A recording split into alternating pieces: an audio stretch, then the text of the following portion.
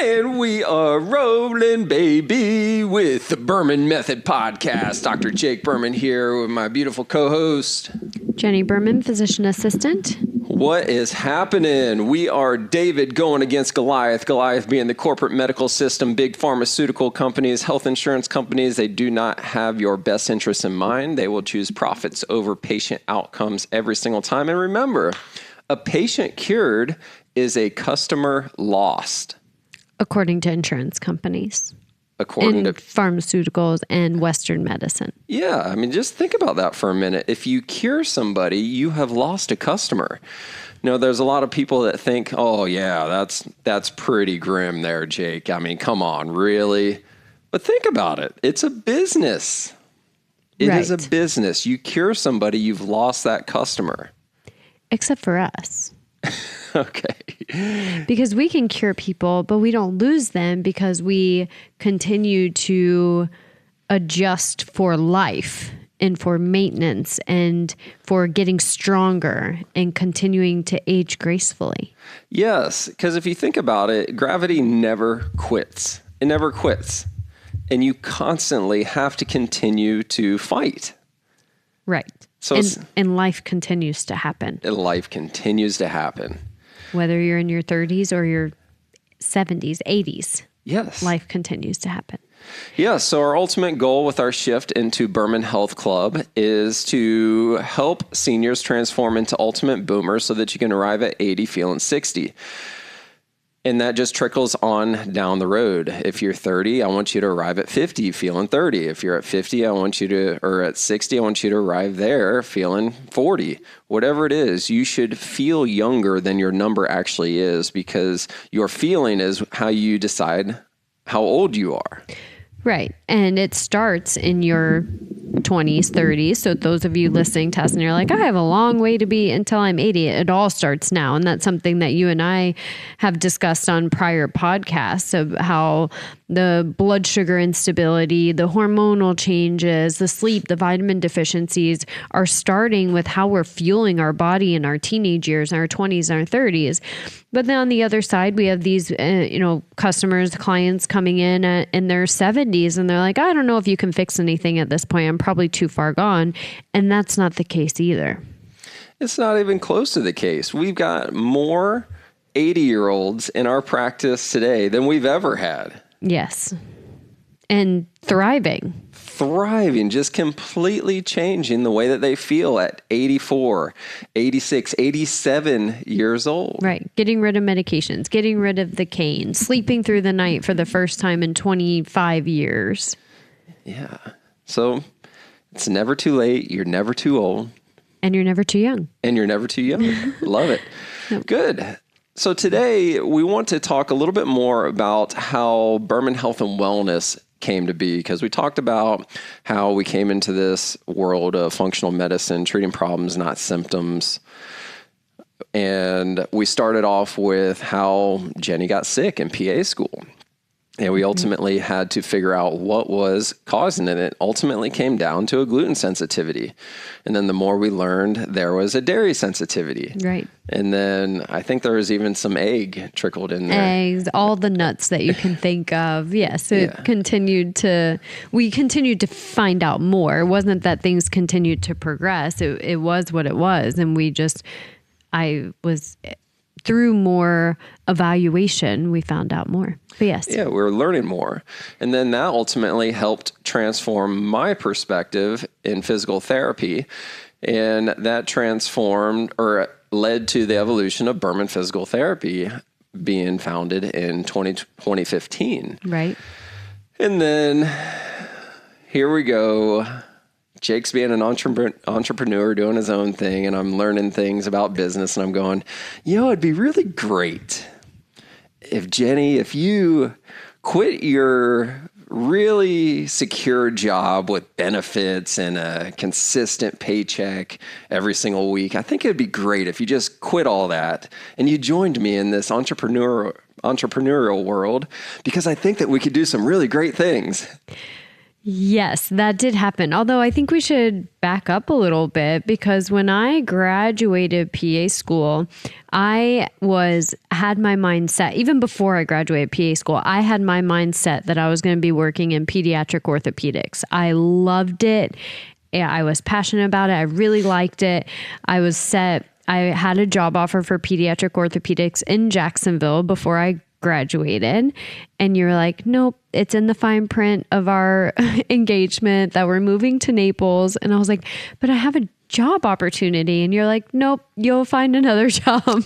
We're moving to Naples. And I was like, okay, here we go. Hold that thought, because this is fun. I think this will be fun for our listeners that have been with us for a while.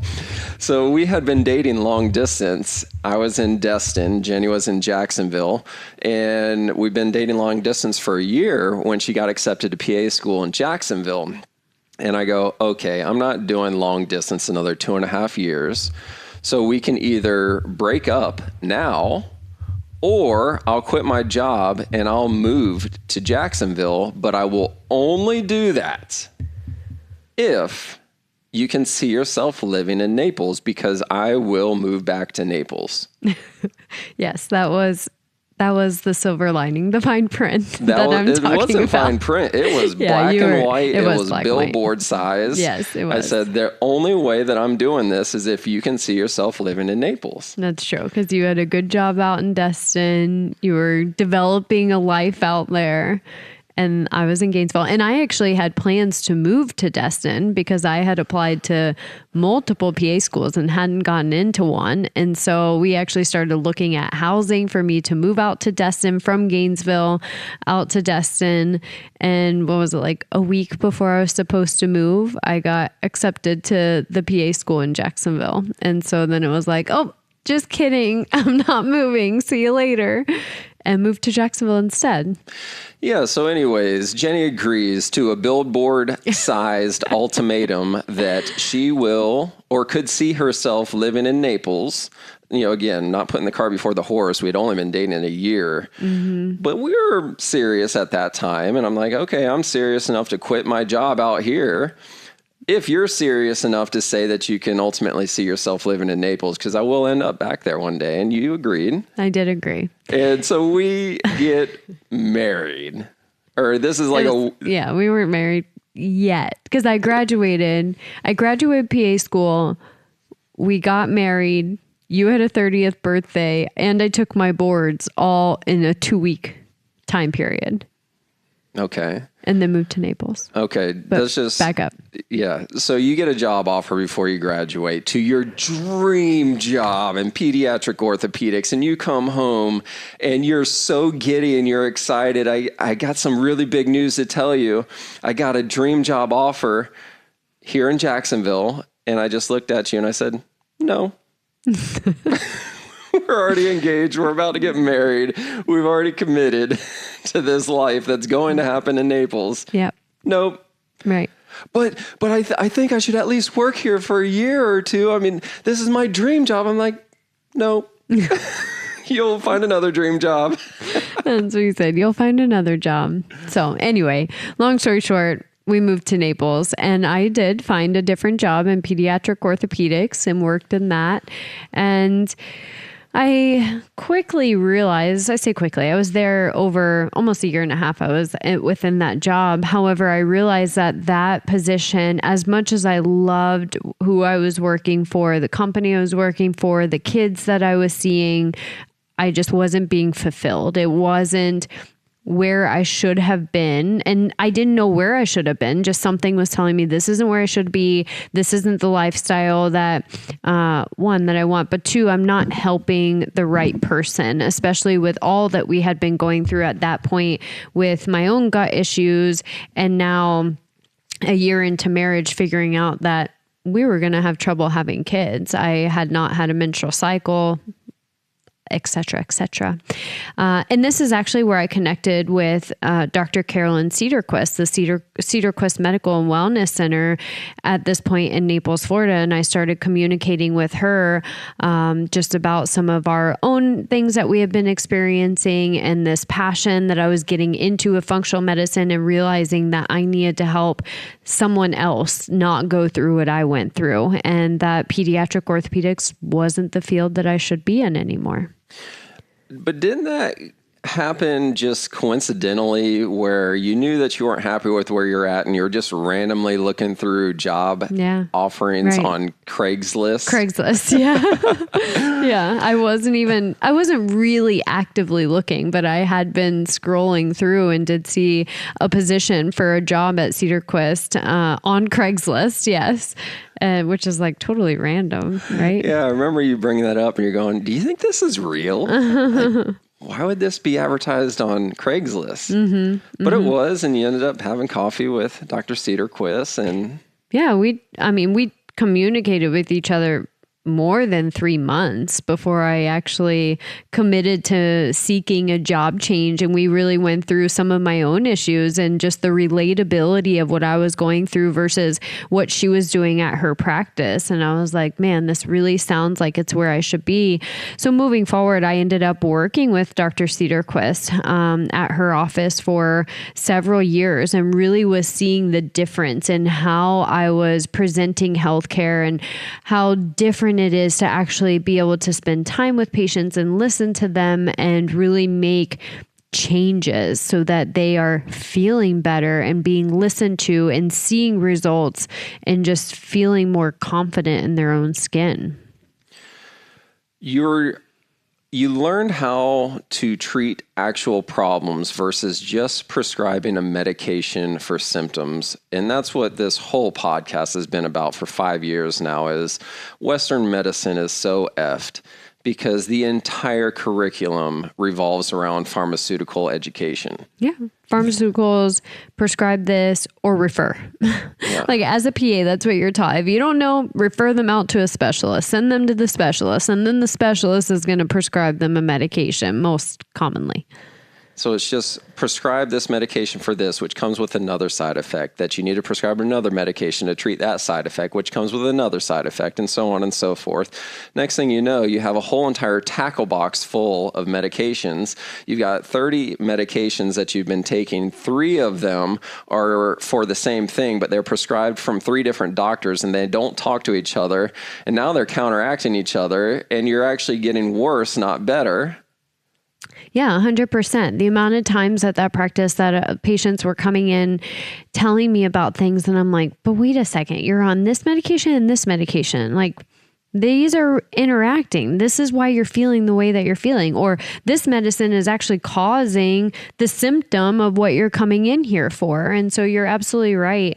And just being able to kind of be the eyes over everything, right? You see a specialist and they don't even look at the other medications that you're taking or the other specialists. They don't even ask about your medical history. They just say, okay, here's the medicine for this symptom. And then you go to the next specialist and they do the same thing, and the next specialist. And then here we are on 8 medications, 2 of which are doing the same thing, 3 of which are interacting with each other.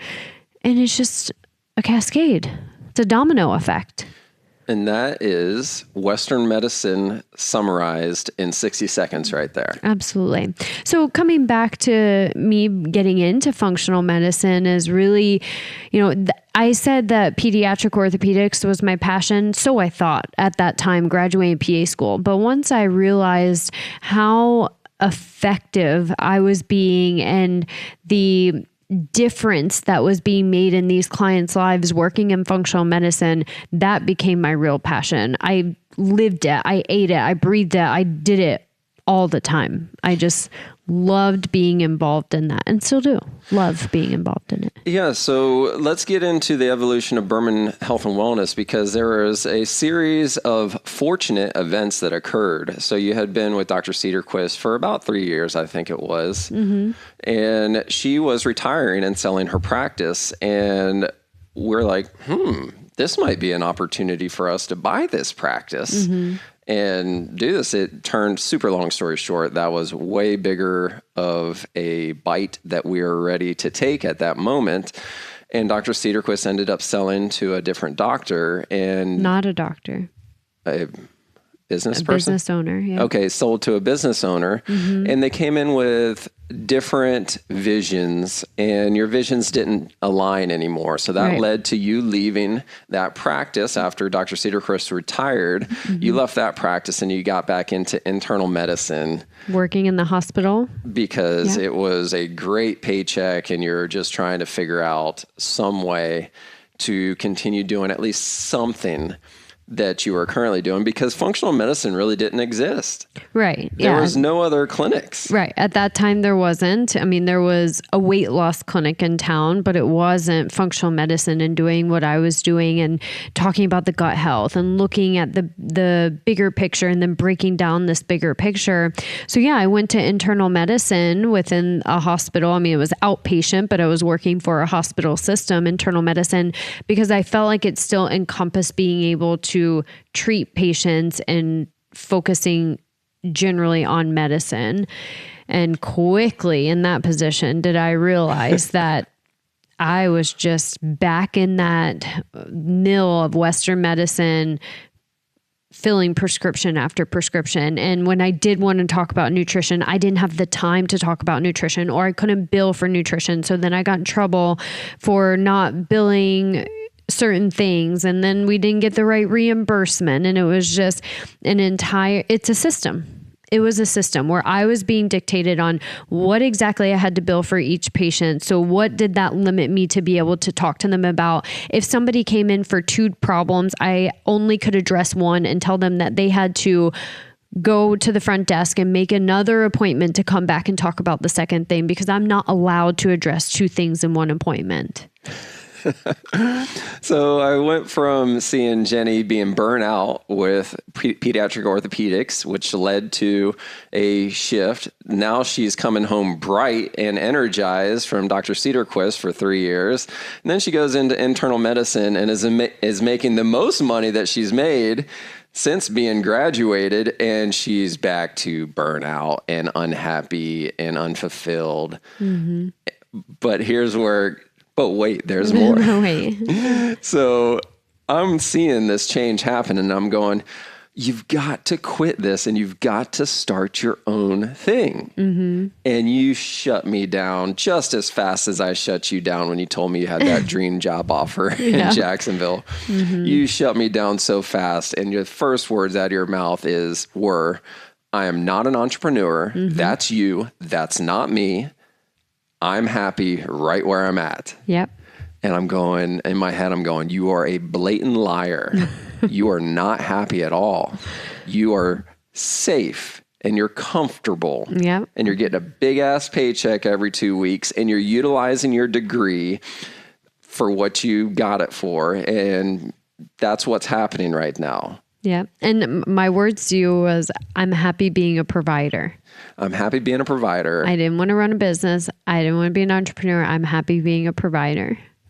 And I'm going, in my head, I'm going, oh my gosh, the opportunity that Jenni has to do more good in the world than what she was currently doing. I could just see it. I'm going, all you have to do is make the jump. Right. Just make the jump and we will figure it out. We'll figure it out. And as the days continued to go by, where I just was, again, filling script after script, and I had pharmaceutical companies coming in at lunchtime, and then we were getting more money if we prescribed this medicine. And then, again, I was seeing 35 patients a day, just trying to get through them. And it became, like I said, a mill. And we, at the time, had just gotten pregnant with Stella. Right when I was starting this new position, just after I started this new position, we had gotten pregnant with Stella. And so then COVID happened. 2020, COVID happened. and I was still working in the hospital system. Then I was getting shifted to the urgent care because the urgent care was being overloaded. So I was working half of my days at the hospital in internal medicine, seeing sick patients come in, and then I was spending my other half of the days working at the urgent care office. And it was just patient after patient after patient. And again, knowing that I wasn't fulfilling my passion like I was in functional medicine, but as Jake mentioned, I was in a safe place and there was no other functional medicine practice at that time that I could go to.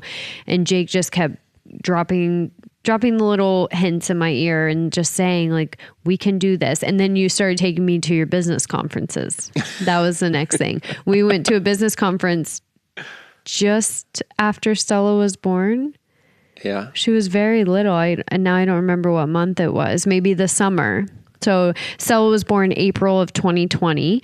And just a few months later, we traveled, and it was like to New Orleans, right? No, New Orleans was in March, right before COVID happened. Well, anyway, so maybe it was March then. When I was pregnant with Stella, we went to New Orleans for the conference, and then I had her in April. So I had already been starting to get involved more in the business conferences and the business side of things. But moving forward even more, Stella was born and she was in the NICU and she was 4 pounds, and I was went back to working in the urgent care, coming home to a premature baby. And finally it was like, I just can't do this. I can't keep coming home, working in the urgent care to a preemie baby, not being fulfilled in what I'm doing. And that's when I started to make the change. And it was like just barely dunking your toe in the water. It was very slow and gradual. Yeah. But nonetheless, you started, I don't even remember how you officially started dipping your toe in the water. I was doing online personal training how I started That's what it was. Yeah. Online personal training in your free time, nights and weekends. Yeah. Juggling a preemie baby and juggling me. And then that got to a point to where you were so busy that you had to finally tell your real job that you had to go down to part-time. Yeah. But you only went down to 32 hours so that you could keep your benefits. Yeah. And then that lasted for another couple of weeks.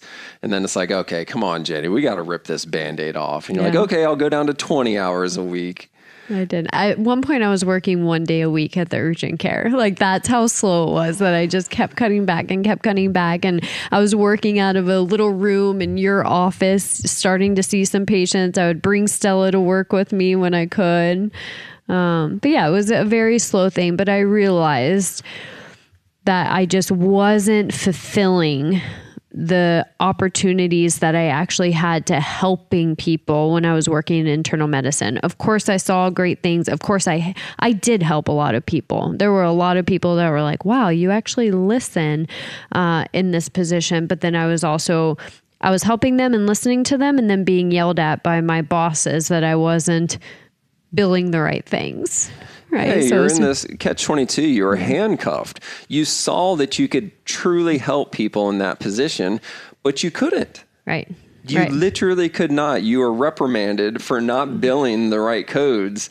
And it's like, what the hell is happening right now? You didn't prescribe the right or enough medications. Yeah. It's like, no, you don't need a medication. You just need to change your diet. Right. I started talking nutrition. Nope, you can't do that. You cannot do that here. Oh, gosh. So anyway, yes, over the year of mid-year 2020 to the end of 2020 is where Berman Health and Wellness was born.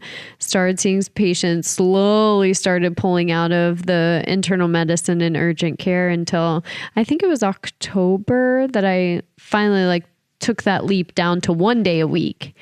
And then after that, stopped working in the urgent care. Yeah, it's all hazy to me because the world had just ended. I had been in business for 5 years and we finally had a business that was doing well. And then the world ends and we are generating zero revenue. Mm-hmm. And it's like, oh my gosh, what's going to happen? So we're trying to pivot and figure out Berman physical therapy. And at the same time, I'm still trying to encourage Jenni, you can do this. Yeah. Quit your comfortable job. That's the only income that we're bringing in right now. Because I'm making zero. I'm hemorrhaging cash right now, and you're making great money. But I think you should give that up. Yeah. I really think you should quit that security and come join me over here.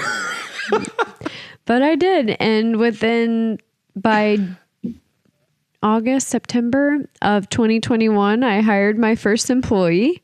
And by December, hired my second, who are both still with us at this point. Yeah. So yeah, it's been a great thing. And really being able, my whole goal behind this has been to help somebody else not have to go through what I went through, to avoid the frustration of being bounced from doctor to doctor to doctor with no answers and no insight as to what's going on, just being told that I have a secondary problem that they can't figure out. Really trying to help others avoid that frustration has been my primary goal in this entire practice, and it has continued to be successful in that. I love it. Absolutely love it. And I think to come back full circle, one of the greatest parts about this whole thing is that Dr. Cedarquist has been and is still in your life as the number one mentor that you've had throughout this whole entire thing. Absolutely. And you should see me right now. I have a smile on my face. Like every time her name gets brought up, I just have the biggest smile. I think she's just one of the most amazing people. And yes, she's still very, very much a mentor to me and to us. Her and her husband are very much mentors to us. I can still call her if I'm like, this just isn't making sense. Help me think about this and figure it out. And we'll brainstorm together. And she does the same for me with people that she has questions about. We'll kind of brainstorm together on things, and she'll ask how I'm treating it these days since she's not actually practicing anymore. So yeah, she continues to be a great mentor, even though we went separate ways initially when she retired, but now we're back together. And we never really went separate ways, I would say. I just didn't stick with the name of her practice. It wasn't her practice anymore, but the name of it I didn't stick with, but we still were friends and communicated, and she was still a mentor even when I was in internal medicine. Yeah. So here we are, Berman Health and Wellness, alive, thriving, and officially merged together with Berman Physical Therapy to now we are Berman Health Club. And we've created something now that 10 years ago, if you would have told me that this was where we'd be 10 years later, I would have laughed at you and I would have said, there's no chance that that's even remotely possible, because I couldn't see it. The amount of change that has occurred in medicine has been astronomical. It is very similar to how much change that's occurred in the IT world, where 25 years ago, it was dial-up, AOL, making those crazy noises to get on the internet, and nobody even knew if the internet was going to be here to stay. And now here we are with supercomputers and AI and ChatGPT 25 years later. And it's like, if you would have told me 25 years ago that one of my best employees was going to be an AI chatbot that I can have a conversation with easier than I can have a conversation with any employee, I would have said, no way. Right. 15 years ago, I did not believe gluten sensitivity was legit. I thought it was a fad. I thought it was BS. I thought it was people just trying to get attention. Mm-hmm. And here you are. Here I am today. I'm going, it is 100% real. Yeah. And that's whole part of this whole broken system where America has the worst food in the world as far as GMO goes, and spraying pesticides and food colorings and all of these things that RFK is talking about and shedding light on. I mean, think about this. There's two separate types of Fruit Loops. Is that what it is? Or what's the cereal where there's two separate types?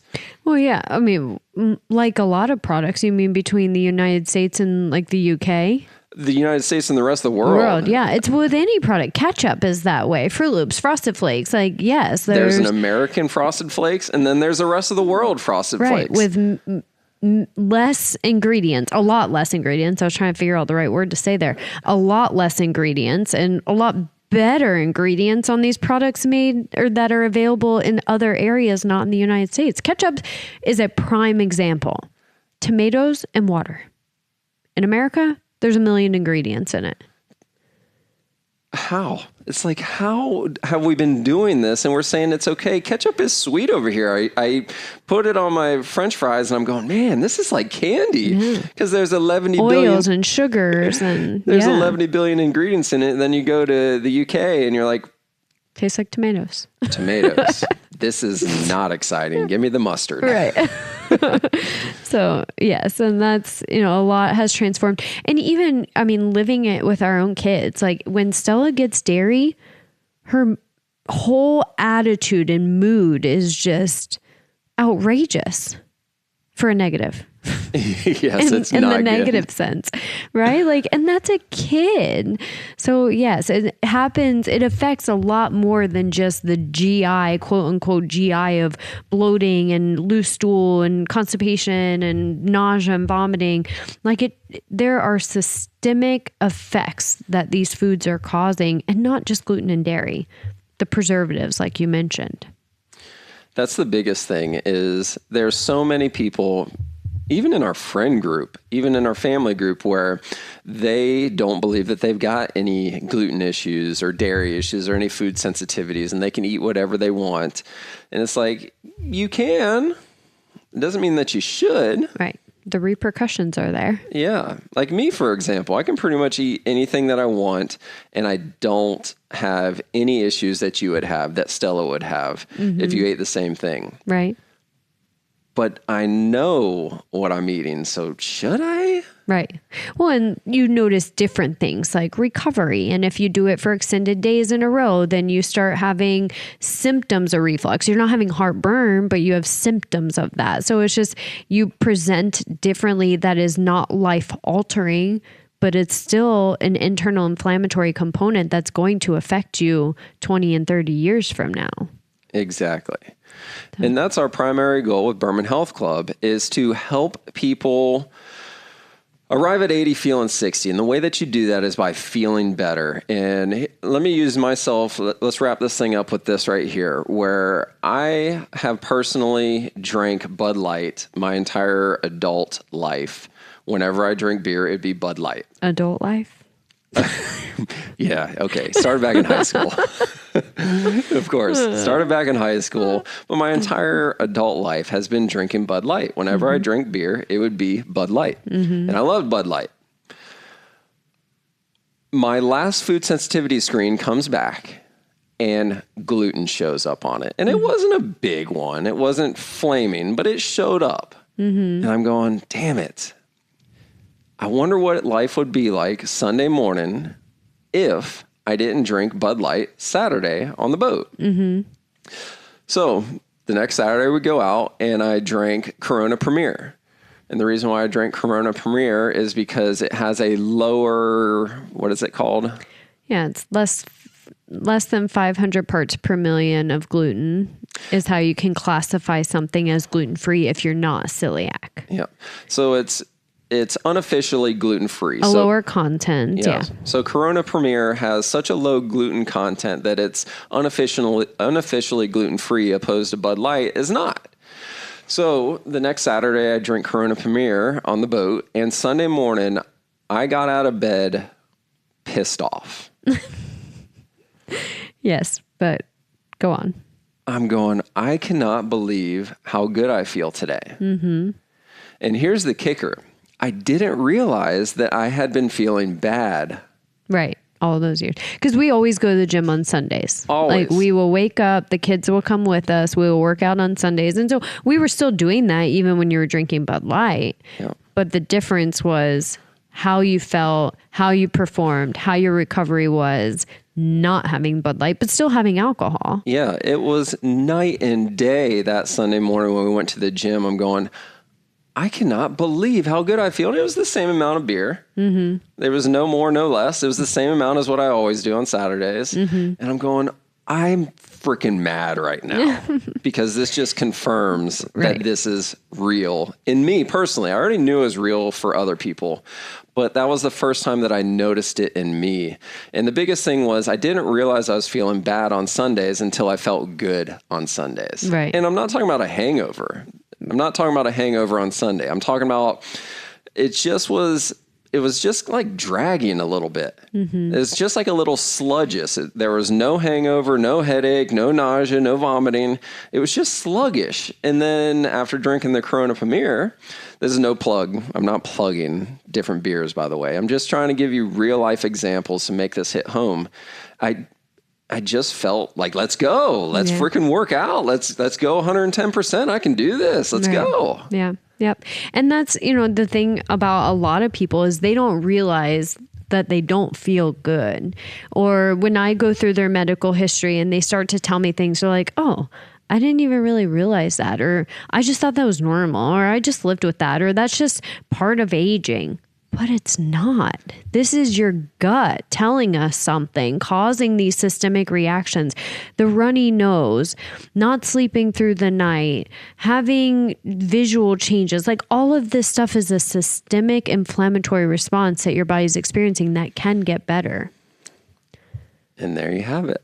And that's Berman Health and Wellness and how we developed to help one more person age gracefully. And by the way, why I went on to get a fellowship in anti-aging medicine just for this passion. So here we are. Arrive at 80 feeling 60. Love it. Awesome. I think that's it. Good. That's it. Yeah. All right. That was a lot. Berman Health and Wellness. Ciao for now.